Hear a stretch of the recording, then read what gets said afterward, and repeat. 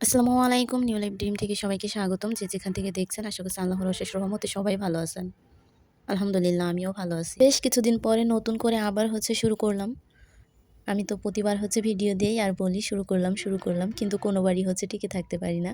প্রতিবারই দেওয়ার পরে আবার ফিরে যাই। যাই হোক, এবারও না হয় আগেরবারের মতোই বললাম।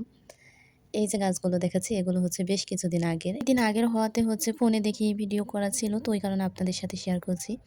বেশ কিছু শাক হয়েছিল, ওইগুলো আমি খেয়েছি। আর ওই যে ছোট পেঁপে গাছ দেখছেন, পেঁপে গাছটা এখন কিন্তু অনেক বেশি বড় হয়েছে। আর যে একটা বোম্বাই মরিচ গাছ দেখালাম, মরিচ গাছে মরিচও হয়েছে, আমি খেয়েছি। গাছটা এখন একটু মরা মরা ভাব, ওইটাও আপনাদেরকে দেখাবো। যাই হোক, তারপরে এই যে আচার বানাচ্ছিলাম, তখন আচারের সময় ছিল। আমি যে একটা তেলের আচার দিয়েছিলাম, শুধু যে টক টক ভাব থাকবে, খুব বেশি মিষ্টি না। আমি একেবারে খাঁটি খাঁটি সরিষার যে তেল হয় ওইটাই নিয়ে আসছি। খাঁটি সরিষার তেল কিন্তু মজা করে বলছিলাম। যাই হোক, তারপরে কড়াইতে তেল দিয়ে তার ভিতরে কয়েকটা রসুন দিয়েছি। আর তারপরে শুকনো মরিচও দিলাম তেলের ভিতরে। অনেকদিন আগে আচারটা দেওয়াতে ভয়েস দিতে গিয়ে কিন্তু ভুলে যাচ্ছি। যাই হোক, সুন্দর করে কিন্তু বোঝাই যাচ্ছে আমি কি দিচ্ছিলাম।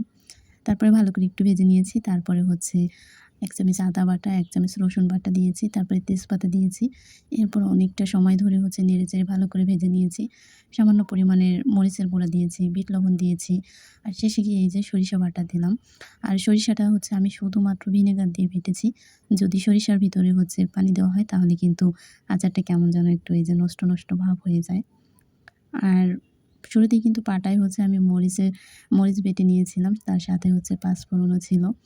তো ওই যে বললাম অনেকদিন আগে যে দিয়েছি ভুলে গিয়েছি। যাই হোক, এখন আপনারা ভিডিও দেখে, দেখে একটু, একটু করে বুঝে নেন। আর আমি কিন্তু আম আর পেঁয়াজ ২ টা সম পরিমাণে ঝুরি, ঝুরি করে কেটে তারপরে একটা রোদ দিয়েছিলাম। খুব বেশি রোদ দেইনি।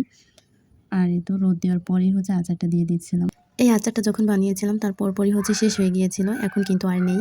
যেহেতু অনেকদিন আগে আমি আচারটা বানিয়েছিলাম। দেখতে যেমন লোভনীয় হয়েছিল, খেতেও কিন্তু অসাধারণ। আপনারাও আবার সামনে যখন আম আসবে তখন ট্রাই করে দেখতে পারেন। আমি জানি আপনারা এর থেকেও ভালো, ভালো আচার বানাতে পারেন। কিন্তু আমার কাছে আমি যা পারি সেটাই বেস্ট। মাটির চুলার আচার কিংবা রান্না ২ টাই দেখবেন কি একটু ভিন্ন ধরনের স্বাদ পাওয়া যায়। আমার কাছে মনে হয়, জানি না কার কাছে কেমন লাগে। আর এই তো আমি যে বয়ামের ভিতরে আগে থেকে আমগুলো দিয়ে তারপরে ফুটন্ত গরম তেলটা ঢেলে দিয়েছি। আর এই তো আমার আচারটা শেষ। আচার বানাতে, বানাতে আজকে এখানেই বিদায় নিব। তবে কমেন্ট করে কিন্তু জানাতে ভুলবেন না আমার আচার বানানোটা কেমন হয়েছে। অবশ্যই কিন্তু সবাই জানাবেন। আল্লাহ হাফেজ।